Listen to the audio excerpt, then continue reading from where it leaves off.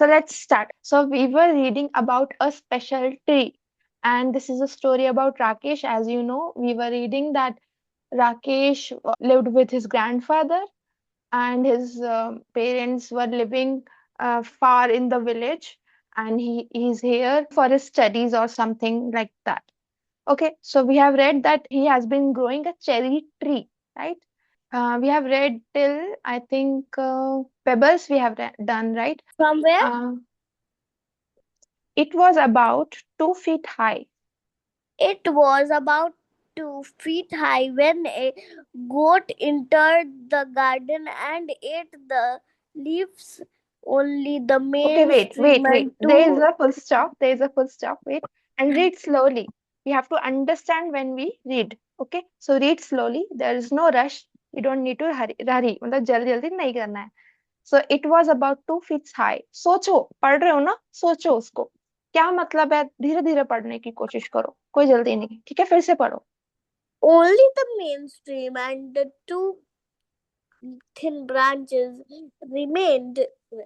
Okay stop. इसमें क्या मतलब हुआ इस सेंटेंस का? अब हमें ये देखना है. ठीक है.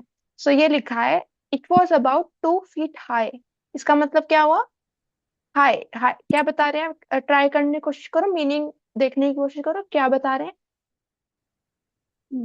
जो जो ट्री था वो 3 फीट का पहले था, लेकिन अब वो 2 फीट का हो गया है क्योंकि और 2 फीट हाई का हो गया है। Yes it was about 2 feet high when, वो हम पढ़ेंगे कब. वो 2 feet हाई का था. और 2 feet कितना होता है? You know how much is 2 feet? 1 feet is like 30 centimetre scale.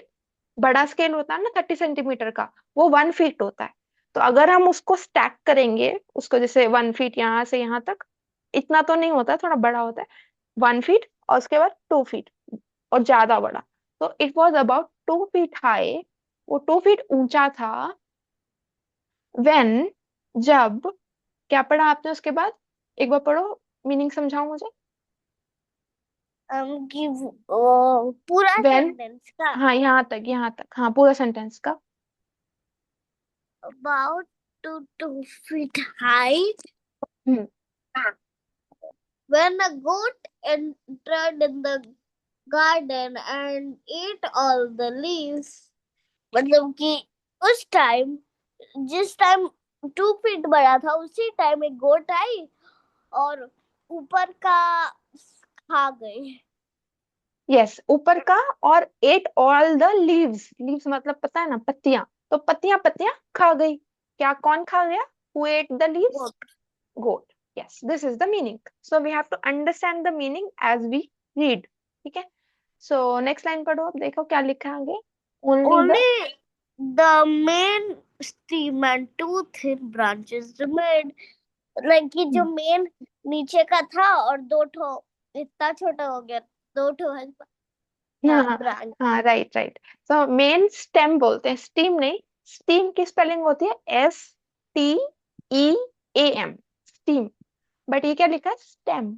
Stem होता है ब्रांच, जो मेन ब्रांच होता है उसका, प्लांट का जो बीच वाला हिस्सा होता है, उसके उसके साइड में सारा सा निकल रहा होता है ना, उससे ब्रांचेस निकल रहे होते हैं. मेन जो होता है उसको स्टेम बोलते हैं. So only the main stem. जो मेन स्टेम थी वो, और 2 ब्रांचेस, बस 2 ही ब्रांचेस रिमेंड मतलब बची हुई थी, दे वर लेफ्ट. ठीक है. हाँ अब नेक्स्ट पढ़ो, यहाँ बताती हूँ कहाँ से, एक मिनट आगे कर देती हूँ कि नेवर माइंड. यहाँ से. Never mind, grandpa said। What is that? Said Seeing, grandfather. हाँ. seeing that the case was upset, it will grow again। cherry trees cherry trees are true। Are are ये तो बड़ा, ये तो ज्यादा बड़ा हो गया ना. एक सेकेंड, यहाँ पे है. हाँ. Cherry trees are tough. Tough की क्या स्पेलिंग होती है? TOUGH. ये yes। लिखा है ना, हाँ GH. ये लिखा है टफ. इसको हम टफ बोलते हैं. जैसे हम रफ बोलते हैं ना, रफ, ROUGH, रफ, वैसे ही टफ होता है। ठीक है। सो अब क्या हो रहा है इस सेंटेंस में? What are they saying? Who is saying? Grandfather is saying never mind. Never mind मतलब, गेस करो। दिमाग में मत रखो सर। हाँ, ऐसे ही बोलना चाहते हैं, पर मीनिंग ये होता है कि डोंट वरी, डोंट वरी, इसके बारे में मत सोचो, डोंट वरी, ऐसे बोलते हैं ना। जैसे हम बोलना चाहते हैं ना डोंट वरी, उससे बेटर वर्ड है नेवर माइंड। आई डोंट, जैसे बोलना डोंट वरी इट्स ओके, उससे बेटर वर्ड बोलो नेवर माइंड। नेवर माइंड, कोई बात नहीं, ऐसे बोलते हैं ना, कोई बात नहीं, तो बोलो नेवर माइंड। ठीक है। उसके बाद लिखा है said grandfather. Never mind, said grandfather, seeing that Rakesh was upset. तो हमें देखना कॉमा कहाँ है, फुल स्टॉप कहाँ है। सो seeing that Rakesh was upset. So Rakesh upset हो गया। अब अपसेट का मीनिंग क्या होता है? गेस करो।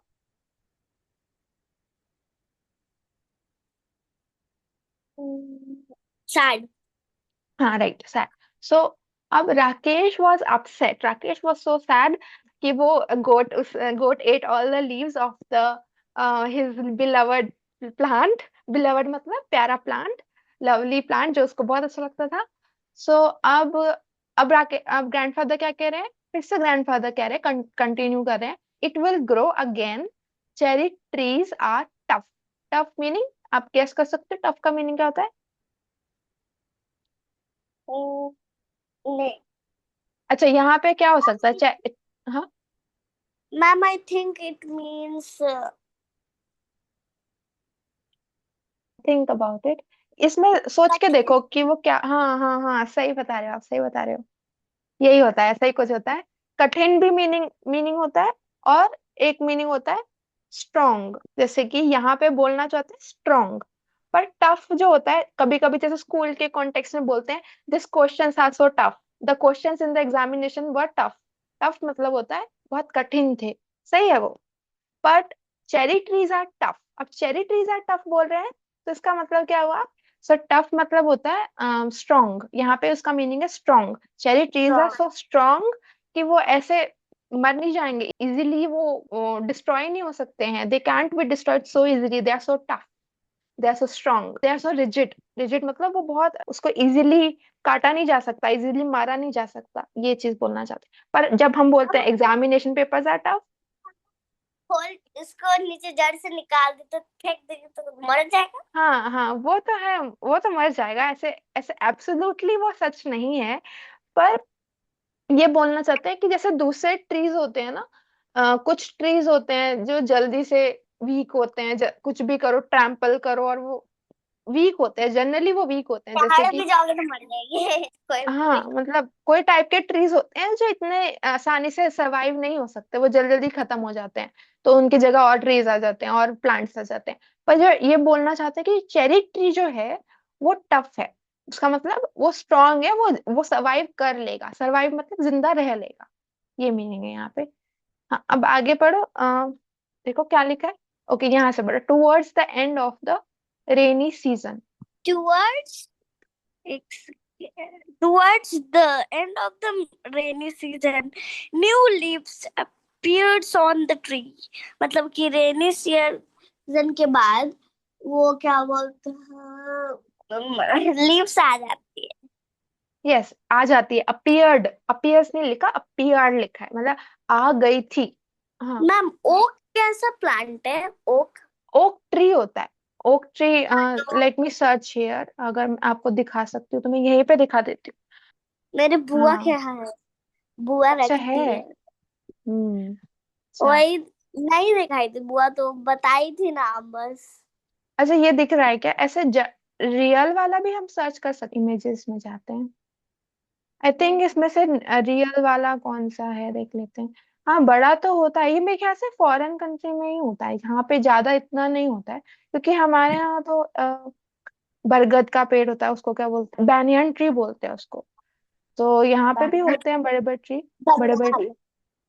हाँ, बनियन, बनियान नहीं, बैनियन ट्री होता है वो, बरगद का पेड़, वो अलग होता है।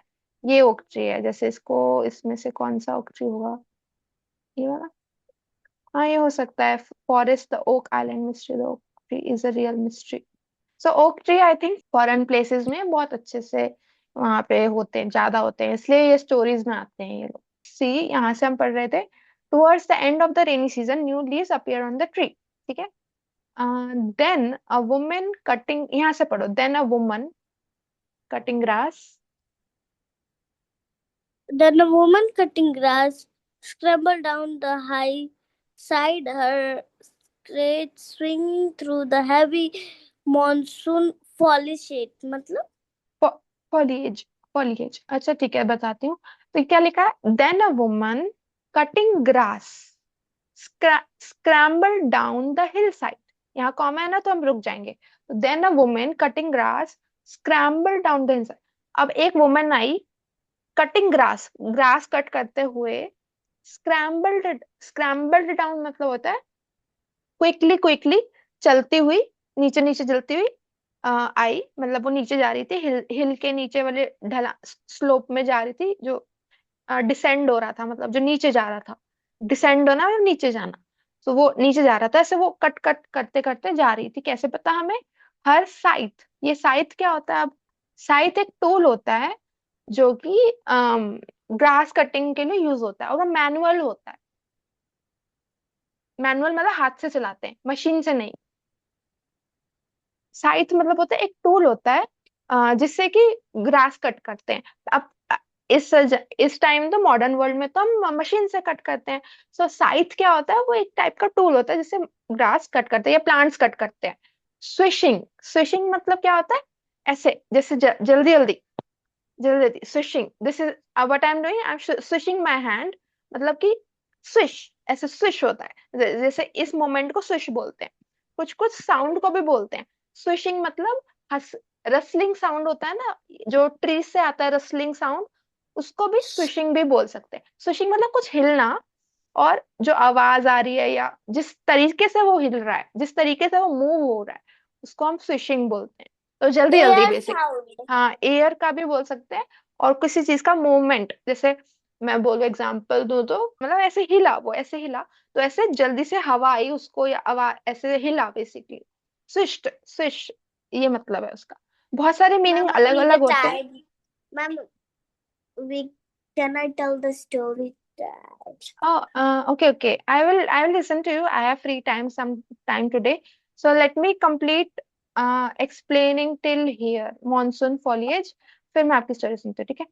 Um, a scythe swishing through the heavy monsoon.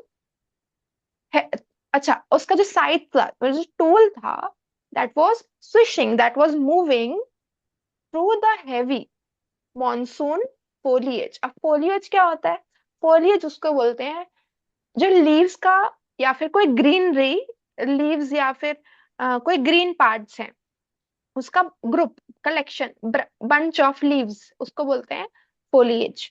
So foliage जो था, जो पूरा ग्रीन ग्रीन उसको दिख रहा है सामने, वो लेडी के पर्सपेक्टिव से सोचो, उसको दिख रहा है, पूरा ग्रीन ग्रीन दिख रहा है, प्लांट्स दिख रहे हैं यहाँ पे उसका। राकेश का हमारा चेरी ट्री भी है, there is a cherry tree also. तो हर साइड, साइड मतलब tool, swishing through the heavy monsoon foliage. Monsoon मतलब जो बारिश से जो ग्रीन लीव्स हैं, बंच ऑफ ग्रीन लीव्स, उसको वो कट कट करती गई, कट करती गई, रेन करती गई। के बाद जब पूरा ग्रीन ग्रीन हो जाता है, हाँ, रेन के बाद जब पूरा ग्रीन हो जाता है हाँ उसका. वो भी, हाँ मॉनसून फोलिएज उसको बोलते हैं, राइट। सो शी, एक सेंटेंस खत्म कर देती हूँ, she did not try to avoid the tree. इसका मतलब, इसका मतलब क्या हुआ, she did not try to avoid the tree, जो चेरी ट्री था। ओह, ट्री कुछ फोड़ना नहीं चाह रही थी. हाँ, क्योंकि उसको पता ही नहीं था कि राकेश का ट्री है, ग्रैंडफादर का ट्री है, किसी का ट्री है, उसको तो नहीं पता था, शी जस्ट डजंट नो। ठीक है। So she did not try to avoid the tree. One sweep, one sweep मतलब ऐसे किया, जो उसने साइड से ऐसे किया, and the cherry tree was cut into two.